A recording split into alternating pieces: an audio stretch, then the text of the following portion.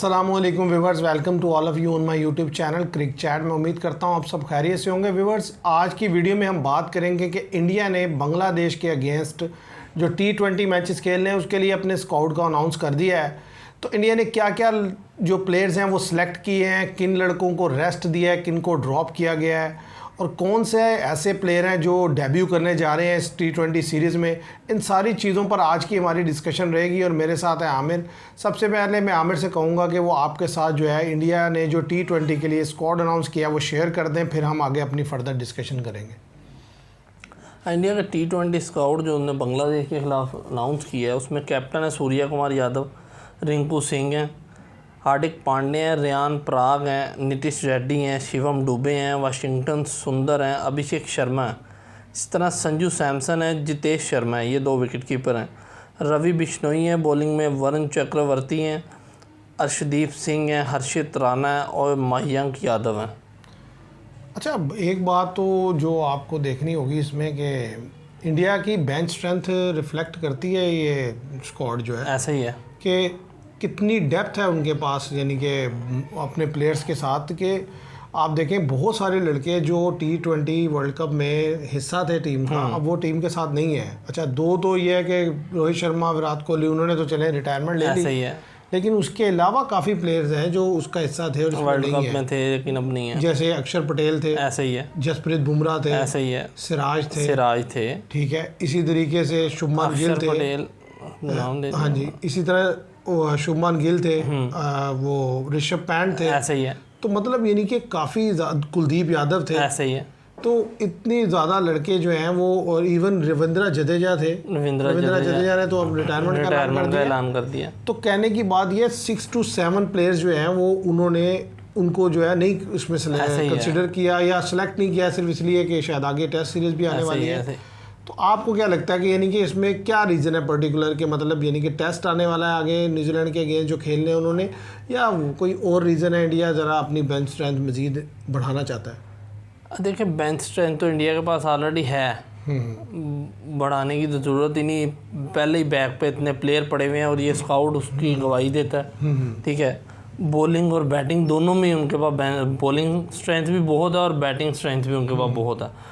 आज जो रेस्ट दिया गया प्लेयरों को, वो मैं यही समझूंगा ड्रॉप नहीं किया गया, रेस्ट दिया गया। उसकी एक बड़ी वजह ये है कि न्यूजीलैंड से टेस्ट सीरीज़ आ रही है आगे इनकी, आगे इन्होंने फिर उसके बाद वो बॉर्डर गावस्कर ट्रॉफी खेलनी है, तो ये भी इस चक्कर में भी होंगे कि वो ज़्यादा बड़ी सीरीज़ हैं दोनों WTC के लिहाज से, तो प्लेयर कोई अनफिट ना हो जाए T20 में। शायद मेरे ख्याल से ये एक नहीं, ये तो फैक्टर है इसमें, तो इसलिए मेरे ख्याल से इन्हें ड्रॉप या रेस्ट दिया गया ये बड़े प्लेयरों को। शुभमन गिल हो गए, ऋषभ पंत हो गए और जसप्रीत बुमराह खुद हो गए, तो इन्हें मेरे ख्याल से रेस्ट दिया गया है। इसमें तो कोई शक नहीं, रेस्ट ही दिया गया होगा। जाहिर है ये तीनों तो मेन प्लेयर हैं उनके, इसमें ड्रॉप करने वाला या कोई ऐसा तो चक्कर है ही नहीं। सिंपल ही ये है कि वो यही जैसे आपने पॉइंट आउट किया कि भाई आगे 2 बड़ी सीरीज़ आ रही हैं और WTC के पॉइंट ऑफ व्यू से बड़ी इंपॉर्टेंट है, क्योंकि जो इंडिया का मैच अभी रिसेंट चल रहा है बांग्लादेश के अगेंस्ट सेकंड, वो इंडिया को बड़ा सेटबैक इसलिए लिहाज से रहा कि वो अभी 3rd डे का जो है वो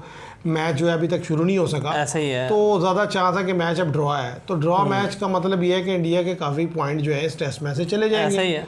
अदरवाइज जो है अगर ये मैच होता तो इंडिया इजीली जो है वो मैच जीता, 12 पॉइंट्स वो ले लेता। ऐसा ही है। तो अब ये है कि इंडिया ने ज़ाहिर आगे T20 खेलने हैं बांग्लादेश के अगेंस्ट, उसके बाद फिर इन्होंने साउथ अफ्रीका भी जाना है T20 खेलने सीरीज़ के बाद न्यूजीलैंड की। तो इंडिया जो है ना ज़्यादा से ज़्यादा प्लेयर अपने चेक करना चाह रहा है कि यार वो कैसे खेलते हैं। और वो फिर दूसरी चीज़ ये होती है कि देखें प्लेयर जब परफॉर्म कर रहे होते हैं ना, उनकी हौसला अफजाई के लिए उनको मैचेस खिलाने होते हैं। ऐसा ही है। हमारा वाला हिसाब नहीं है कि एक तरफ आप अपना डोमेस्टिक जो है वो लीग करवाते हैं, टूर्नामेंट करवाते हैं, लड़के उसमें रन्स करते हैं, उसके बाद आप पता चलता है कि जब सीरीज़ अनाउंस हुई, स्क्वाड अनाउंस हुआ, तो उसमें वो लड़का ही कोई नहीं होता। तो मतलब ये नहीं कि बिल्कुल ही अजीब ही वो, फिर आप अगर अपने सिस्टम पे ट्रस्ट शो नहीं करेंगे तो फिर और किसी ने क्या ट्रस्ट शो करना है? देखें कि ये तो पाकिस्तान को तो छोड़ ही देंगे, जो इन्होंने हरकत की है चैम्पियंस कप के मैचों के बाद, और जो लड़के स्काउट अनाउंस कर दिया इन्होंने बड़ा अजीब सा वो। लेकिन अगर इंडिया की आप बात करें तो इंडिया को आप ये देखें कि इंडिया के पास लड़के हैं कितनी तादाद में और सारे के सारे परफॉर्म करके दे रहे हैं, ठीक है। अब रिंकू सिंह ही हैं, अब उन्हें भी बाहर नहीं किया जा सकता। वो ऐसी जगह पे आते हैं और ऐसी ज़बरदस्त परफॉर्मेंस दे रहे हैं जब से वो खेले इंटरनेशनल में, बेहतरीन परफॉर्मेंस है उनकी। आप देखिए पीछे जिम्बाब्वे में वगैरह में कुछ मैचेस में लूज रहे, लेकिन दहरा वो बात ये खाली इंटरनेशनल तो नहीं ना, डोमेस्टिक सर्किट में भी रन्स कर रहे होते हैं, तो फिर वो दहरा उसको आगे इसलिए जो है कंसिडर करते रहते हैं। और ये स्काउट आप इसलिए भी कह सकते हैं कि एक तो बांग्लादेश के खिलाफ सीरीज़ है, कोई बहुत बड़ी टीम के खिलाफ सीरीज़ नहीं है। बांग्लादेश हमारे लिए तो बड़ी हो सकती है लेकिन इंडिया के लिए बड़ी नहीं है, उनके वो आसारों को आइडिया इस चीज़ का, तो उन्होंने सारे नए लड़के अनाउंस किए हैं। तो ये एक इंडिया का ये जो अनाउंस स्काउट है ये हमें भी ये सिखाता है कि जो नए प्लेयर का डेब्यू होता है वो ऐसी टीम के खिलाफ कराया जाता है ताकि उसे कॉन्फिडेंस मिले। कॉन्फिडेंस मिलेगा तो वो अपना बेहतर परफॉर्म करेगा, और जब वो बेहतर परफॉर्म करेगा तो ज़रा आप उसे आगे खिला सकेंगे। अब हम तो कुर्बानी के बकरे ढूंढते हैं कि यानी कि मौका मिले किसी मुश्किल टीम के अगेंस्ट जो है वो डेब्यू करा दो, वो ताकि अगले का जो थोड़ा बहुत करियर बनना भी होता है वो भी तबाह हो जाए। अगर अब हम बात करें कि जो इंडिया का ने जो स्क्वाड अनाउंस किया उसमें ज़ाहिर है अभिषेक शर्मा है, तो अभिषेक शर्मा ओपनिंग स्लॉट पर होंगे, लेकिन जो दूसरा ओपनर की जगह है उस पर बात अगर करें आमिर से कि वो किसको दे यानी कि ओपनिंग करवाएंगे, क्या संजू सैमसन ओपनिंग करेंगे या नीतीश राणा जो लिया गया उनको चांस दिया जाएगा ओपनिंग के लिए? हाँ देखिए क्या कहते हैं, अभिषेक शर्मा तो ओपनिंग पे हैं ही हैं, ठीक है। दूसरे ओपनर जो पिछले काफ़ी अरसे से चल रहे थे, गायकवाड और जायसवाल, ठीक है, ये दोनों का इशू ये है कि गायकवाड दुलीप ट्रॉफी में अनफिट हो गए थे जिसकी वजह से वो मेरे ख्याल से अभी भी अनाउंस नहीं किया उन्हें, और जो जायसवाल हैं वो टेस्ट सीरीज खेल रहे हैं, ठीक है, अभी भी बांग्लादेश के खिलाफ। फिर अगर होते तो फिर भी उनका भी था, शुभमन गिल भी टेस्ट पे हैं जिसकी वजह से वो भी अनाउंस नहीं हुए, ठीक है। तो अब जो ओपनिंग स्लॉट पे आ सकते हैं दूसरे नंबर पे, वो मुझे जो लगता है वो संजू सैमसन है, ठीक है। फर्स्ट ऑप्शन मेरी संजू सैमसन है कि वो ओपनिंग करेंगे अभिषेक शर्मा के साथ। अगर संजू सैमसन को 1 डाउन या 2 डाउन रखा जाता है तो फिर नीतीश रेड्डी को ओपनर लाया जाएगा, मुझे जो लगता है। और ज़्यादा से ज़्यादा 1 डाउन स्लॉट पे तो वो सूर्या कुमार यादव खुद आएंगे, 2 डाउन पे रियान पराग होंगे, 3 डाउन पे रिंकू सिंह, 4 डाउन पे आप कह लेंगे हार्दिक पांड्या को वो ऊपर भी यूज़ करते थे, ऊपर भी यूज़ कर लेते हैं। देखना ये है कि शिवम दुबे भी तो है ना, शिवम दुबे भी उसको भी वो लाजमी खिलाते हैं। और बॉलिंग में जिस तरीके से उन्होंने वरुण चक्रवर्ती वापस आए हैं,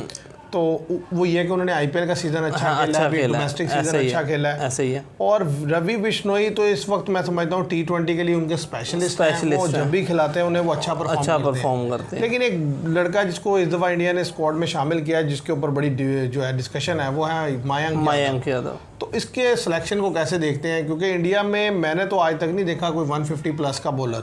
सीधी सी बात है, उमेश यादव गेंद करते हैं 150 के राउंड की, लेकिन वो भी बहुत रेयर गेंद करते हैं 150 प्लस के अगर कर दें, वरना 145 147 के बॉलर हैं। मयंक यादव को हमने देखा है कि उन्होंने आईपीएल में कंसिस्टेंटली भी 150 प्लस बॉल ऐसा ही है, और लाइन लेंथ बड़ी अच्छी की थी। तो इनकी सिलेक्शन को आप कैसे देखते हैं? देखें, मुझे इसलिए भी इनकी सिलेक्शन पे खुशी है कि ये इसे कहते हैं सिलेक्शन।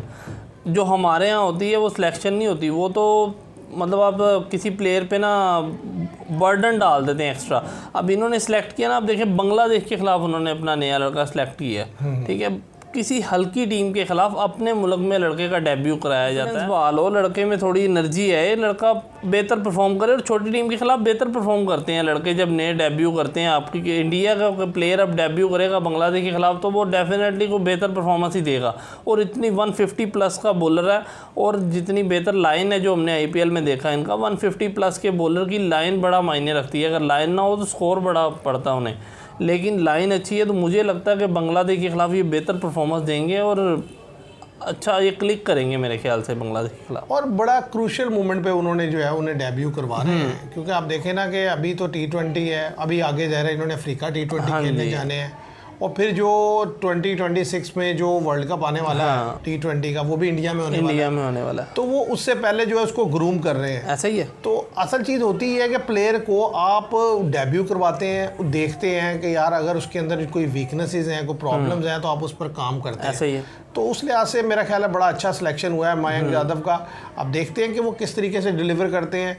ऐसे ही जो एक प्लेयर है अर्शदीप सिंह, वो T20 में भी बेहतर कर रहे हैं, वो ODIs में भी बेहतर कर रहे हैं। अब मुझे लगता है कि उनका एक चांस जो है ना टेस्ट का बनता है। अब क्या न्यूजीलैंड के खिलाफ वो उन्हें खिलाएंगे ये देखना है, क्योंकि अगर उन्होंने जाना है बॉर्डर गावस्कर ट्रॉफी खेलने एज अ 4th या 3rd बॉलर, तो फिर उनका जो है यहाँ पर खेलना बड़ा ज़रूरी है। तो मेरा ख्याल है इंडिया ने जो स्क्वाड अनाउंस किया है, यानी कि जो लड़के उन्होंने यानी कि रेस्ट पे दे रखे हैं, जैसे रेस्ट दिया जिनको, जैसे ऋषभ पंत हैं, शुभमन गिल हैं, जसप्रीत बुमराह हैं, इसी तरह जायसवाल है, इसी तरह आप देखें वो जो बॉलर हैं इनके फास्ट बॉलर सिराज हैं और कुछ लड़के जो अनफिट थे, लेकिन उसके बावजूद जो टीम उन्होंने अनाउंस की है सॉलिड है। और बांग्लादेश के खिलाफ मेरा नहीं ख्याल उनको ऐसी प्रॉब्लम। आप देखें कि उन्होंने तकरीबन नई टीम अनाउंस की हुई है, तो लेकिन फिर भी उनके पास बैटिंग स्ट्रेंथ देखें, उनकी बॉलिंग स्ट्रेंथ देखें आप कितनी है कि उन्हें आपको लग ही नहीं रहा कि टीम में कोई वीक लड़का, ठीक है। सारे के सारे ही अच्छे हैं जो हमने खेलते देखा है इन्हें। तो बात यह है कि उनके पास स्ट्रेंथ इतनी है। और दूसरी चीज़ उन्होंने बिठाया, आपको भी पता है कि वो टेस्ट वगैरह की वजह से बिठाया है। और जहाँ तक अर्शदीप की बात है, तो अर्शदीप को मुझे नहीं लगता वो टेस्ट में अनाउंस करेंगे। उसकी वजह ये है कि अगर उन्होंने अर्शदीप को खिलाना होता तो वो बांग्लादेश के ख़िलाफ़ अनाउंस करते उसे लाजमी। न्यूजीलैंड के ख़िलाफ़ भी अगर उसे अनाउंस कर दें तो चले ठीक है कि देखा जाएगा वो क्या गेंद करते हैं, देख लेंगे। लेकिन मुझे लगता नहीं कि वो न्यूजीलैंड के ख़िलाफ़ भी अनाउंस होंगे, क्योंकि आकाशदीप ने भी बेहतर बॉल की है दोनों टेस्टों में। तो मेरे ख्याल से वो आकाशदीप से ही जाएंगे दोबारा। तो व्यूअर्स, ये थी आज की हमारी डिस्कशन। जैसे कि हमने इंडिया का स्क्वाड आपके सामने रखा, और जाहिर है जो जो लड़के इंडिया ने सेलेक्ट किए हैं इनमें जो जिनको हम की फैक्टर कह सकते हैं इंडिया के लिए, एक तो अभिषेक शर्मा है, क्योंकि वो जिस तरीके से IPL खेला, उसके बाद जिम्बाब्वे में भी बड़ी शानदार उन्होंने इनिंग्स खेली। ऐसे ही रियान पराग जो हैं उन्होंने अपनी बॉलिंग से तो बड़ा इंप्रेस किया, लेकिन जिस तरीके से IPL में उन्होंने बैटिंग की थी वो बैटिंग वो अभी उस तरीके से नहीं दिखा सके। तो उनके लिए एक अपॉर्चुनिटी आई है, और सबसे बड़ी अपॉर्चुनिटी आई है मयंक यादव के लिए कि वो आए बेहतर गेंद करें। तो देखते हैं व्यूअर, जब T20 मैचेस स्टार्ट होंगे तो किस तरह का कंपटीशन रहता है। कंपटीशन की बात कीजिए तो ज़्यादा चांस है इंडिया ईजी विन करेगा, लेकिन इन लड़कों के लिए अपॉर्चुनिटी रहेगी। तो आज के लिए इतना ही। मैं उम्मीद करता हूँ आपको वीडियो पसंद आएगी। वीडियो पसंद आए तो इसे लाइक कीजिएगा, शेयर कीजिएगा, चैनल को सब्सक्राइब कीजिएगा। Thank you very much.